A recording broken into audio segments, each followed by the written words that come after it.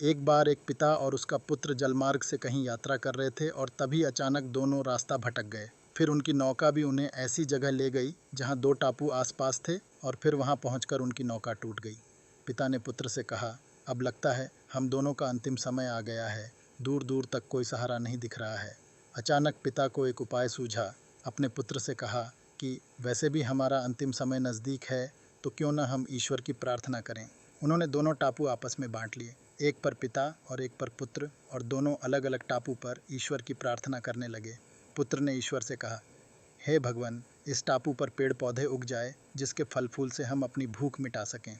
ईश्वर ने प्रार्थना सुनी गई। तत्काल पेड़ पौधे उग गए और उसमें फल फूल भी आ गए। उसने कहा, ये तो चमत्कार हो गया। फिर उसने प्रार्थना की, एक सुंदर स्त्री आ जाए जिससे हम यहाँ उसके साथ रहकर अपना परिवार बसाएं। तत्काल एक सुंदर स्त्री प्रकट हो गई। अब उसने सोचा कि मेरी हर प्रार्थना सुनी जा रही है, तो क्यों न मैं ईश्वर से यहाँ से बाहर निकलने का रास्ता मांगे लूँ। उसने ऐसा ही किया। उसने प्रार्थना की, एक नई नाव आ जाए जिसमें सवार होकर मैं यहाँ से बाहर निकल सकूँ। तत्काल नाव प्रकट हुई और पुत्र उसमें सवार होकर बाहर निकलने लगा। तभी एक आकाशवाणी हुई, बेटा तुम अकेले जा रहे हो, अपने पिता को साथ नहीं लोगे। पुत्र ने कहा, उनको छोड़ो, प्रार्थना तो उन्होंने भी की, लेकिन आपने उनकी एक भी नहीं सुनी।